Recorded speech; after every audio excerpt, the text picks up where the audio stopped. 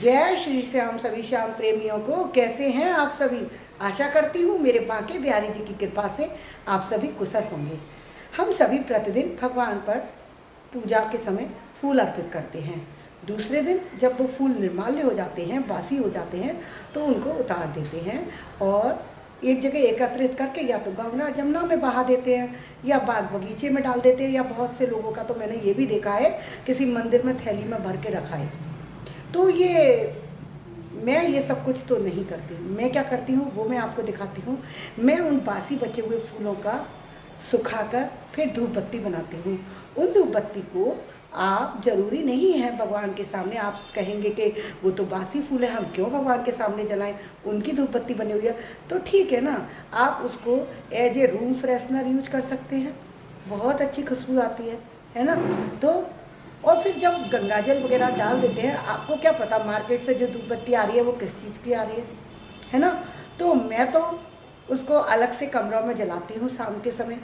उसमें एक तो भगवान की ब्लेसिंग्स होती है, क्योंकि वो भगवान के श्री अंग से टच किए हुए होते हैं, स्पर्श किए हुए होते हैं, तो उसमें भगवान की कृपा छुपी होती है। तो जब कृपा बसी हुई है तो हम उसको जब अपने सब कमरों में उनको लगाएंगे, उनका धुआं जब चलेगा तो निगेटिविटी हमारे घर से निकलेगी और हमारे घर में पॉजिटिविटी आएगी। तो आज मैं आपको बताने वाली हूँ कि मैं कैसे बनाती हूँ पूजा के उन फूलों से धूप बत्ती। बहुत ही सरल तरीका है, कुछ ही पलों में बन जाती है, बस थोड़ा सा हमें मेहनत जरा सी करनी पड़ती है। इतना तो हम कर ही सकते हैं ना भगवान की कृपा पाने के लिए और अपने घर की नकारात्मकता को दूर करने के लिए। तो कैमरे को सेट कर लेती हूँ और आपको दिखाती हूँ। प्रतिदिन जब हम भगवान पर पूजा के समय फूल अर्पित करते हैं, माला हार पहनाते हैं, तो वो दूसरे दिन जब बासी हो जाते हैं और फिर हम जब एकत्रित कर लेते हैं ना, तो उनकी हालत कैसी हो जाती है, देखिए ऐसी है ना। ये है मेरे बासी फूल, है ना। तो अब मैं क्या करती हूँ, इनको तोड़कर, देखिए एक एक फूल को ऐसे करके तोड़ के अलग कर लेती हूँ, इनके कलियों को निकाल लेती हूँ, सारी एक पत्तियों को, ठीक है। धागे अलग कर लेती हूँ और फिर इनको ऐसे करके तोड़ के अलग कर लेती हूँ, है ना, साफ से, ठीक है। अब इसको मैं क्या करती हूँ, फिर जब ये इस कंडीशन में एकदम से हो जाते हैं ना, फिर मैं इनको एक दिन के लिए धूप में रख देती हूँ। जब धूप में रखा तो फिर देखिए ये एकदम टाइट हो गए हैं और बिल्कुल देखिए आराम से गिर रहे हैं, देख रहे हैं ना, एक एक पत्ती सूख गई है। अब मैं इसको करूँगी ग्राइंड, तो मैं आपको दिखाती हूँ कि मैं इसको ग्राइंड में करूँगी ना, तो आप देख पाएंगे। देखिए अब मैं इसको ग्राइंडर में डाल लूँगी, है ना, इसको 2 पार्ट में डाल लेंगे।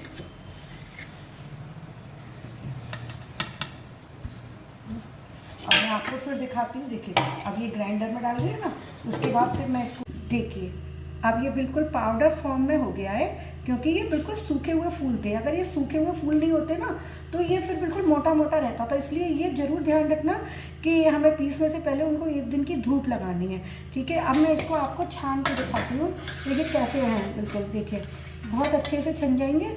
और जो थोड़ा मोटा रह जाता है ना, उसको तो पेड़ पौधों में आप डाल सकते हैं। देखिए कितने आराम से निकल रहा है, देखिए, है ना, कुछ दिक्कत नहीं हो रही ना। मोटा मोटा सारे फूल आपके काम में आ जाएंगे, देखिए कितने सारे फूल थे। सूखने के बाद तो वैसे भी थोड़े से रह जाते हैं, है ना। और उसके बाद फिर आप देखिए इसको ऐसे हाथ की सहायता से उसको निकाल लीजिए।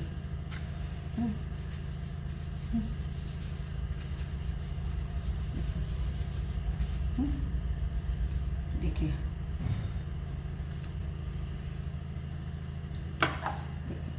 अच्छे से छन रहा है ना। अब बस ये मोटा सा थोड़ा सा पोर्शन रह गया है, इसको हम बगीचे में, क्योंकि ये तो बस उसका बिल्कुल मोटा वाला जैसे हिस्सा होता है ना वो है, तो इसको हम पेड़ पौधों में डाल देंगे, वो खाद का काम करेगा, है ना। अब इसको मैं अलग रख लेती हूँ। अब दिखाती हूँ मैं आपको इसमें हमें क्या क्या मिलाना है जब ये धूप बत्ती का आकार ले ले, धूप बत्ती की महक ले ले, है ना। तो इसमें देखिए पहले अब मैं दिखाती हूँ आपको वो सामान। गंगा जल, ठीक है, गंगा जल डालेंगे। फिर है ये शुद्ध देसी घी, गाय का देसी घी, ठीक है। ये है इत्र, ये है गूगल और लोहवान का पाउडर जो मैं बना के रखती हूँ, मैंने पहले भी बताया है आपको अपने बुरा वीडियोज़ में, जिसमें मैंने धुनी की वीडियो बनाई थी ना, तो गूगल लोहवान का पाउडर, ठीक है। और ये है थोड़ी सी हवन सामग्री, जिसमें कि सारी चीज़ें मैंने नवरात्रि के लिए भी बना के रखती हूँ। हमें सामग्री हमेशा अष्टमी को काम में आती है मेरे हर महीने। तो ये वो है, इसमें आपको लौंग, कपूर, है ना, जौ और हवन सामग्री सब चीज़ें इसमें मिक्स हैं। तो काले तिल, है ना, शहद, हर चीज़ इसमें मिक्स है ना, तो ये अपने आप में पूर्ण है, तो ये मिल जाएगी। और उसके बाद ये मैंने लिया है क्रश किया हुआ कपूर, ठीक है। अब ये है मेरा जो फूलों का पाउडर, जो मैंने छाना था ना, तो फूलों का पाउडर।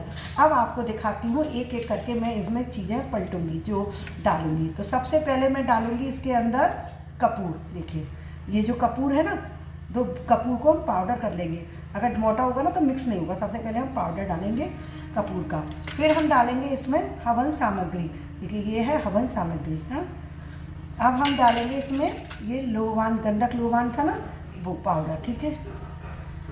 अब हम डालेंगे इसके अंदर ये देसी घी। देखिए देसी घी कंजूसी नहीं करनी है, थोड़ा अच्छे से ही डालेंगे ना, तो वो आटे की तरह डब बनाने में काम आएगा, अच्छे से गुथ जाएगा आटे की तरह। अब रह गया इसमें थोड़ा सा गंगा जल डलेगा, थोड़ा डालेंगे पहले, उसके बाद जब हम इसको आटे की तरह माड़ेंगे ना, गूँथेंगे, तब उस हिसाब से हम फिर इसको बढ़ाते जाएंगे। इससे पहले हमें डालना है इसके अंदर इत्र। इत्र क्यों डालना है? जिससे कि इसमें फूलों की महक तो है, लेकिन कुछ महक उड़ जाती है ना धूप में सुखाने से, तो जब हम इसको इत्र डाल देंगे ना, तो ये जब जलेंगी ना तो ये बहुत अच्छी महक आएगी। तो देखिए थोड़ा सा इसके अंदर मैंने डाल दिया इत्र। आपके पास जो भी खुशबू का हो, मेरे पास था गुलाब वाला, आपके पास जो भी हो ना, आप वो वाला इत्र इसमें डाल सकते हैं। बस अब क्या करना है, ये सारी चीज़ें डल गई। अब इसको बस हमें इसको इस पोजीशन में लेकर इसको मसना है।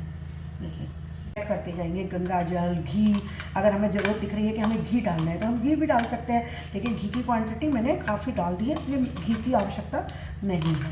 अब इसमें थोड़ा सा और जाएगा गंगा जल।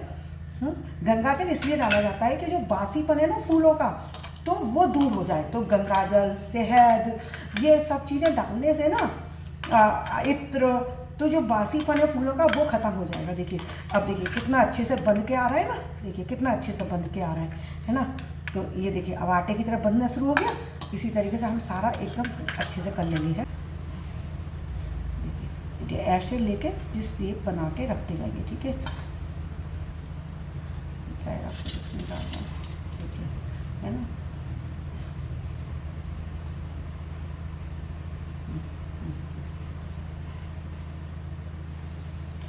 इसको ऐसे भी करके रख सकते हैं, ठीक है। ये आराम से जलती हैं, कोई दिक्कत नहीं आएगी। बस इनको एक दिन की धूप लगानी है, वही 2-3 घंटे की धूप लग जाएगी ना, तो एकदम टाइट हो जाएगी ये। और फिर बस इसको ऐसे करके आप जिस शेप में भी चाहो, आपको केवल गोल बनानी है तो आप केवल गोल भी बना सकते हैं। देखिए देखो इस शेप में बनानी है ना।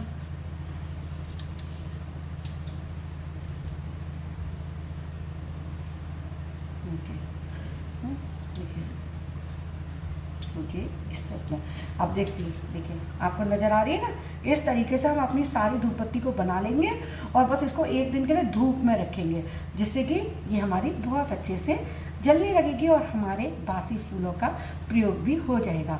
तो आपको मेरी वीडियो अच्छी लगी हो, समझाने का तरीका अच्छा लगा हो, तो मेरे चैनल पर बने रहिएगा और मेरे चैनल को लाइक और सब्सक्राइब करना बिल्कुल मत भूलिए। देखिए कितनी अच्छी बन के तैयार हुई है ना। इसी प्रकार हम अपनी जिस शेप में भी चाहें, अगर आपके पास मोल्ड हो जिसके अंदर है ना साबुन वगैरह जमाते हैं, चॉकलेट जमाते हैं, तो आप उसमें भी मोल्ड में भी बना के और सुखाने के लिए रख सकते हैं। और फिर उसको धूप लग जाए तब आप आराम से किसी कंटेनर में बंद करके रख लीजिए और अपने कमरे में कहीं भी जलाइए, बहुत अच्छी खुशबू आएगी। तो मेरे चैनल पर बने रहिएगा और लाइक सब्सक्राइब करना बिल्कुल मत भूलिएगा। राधे राधे।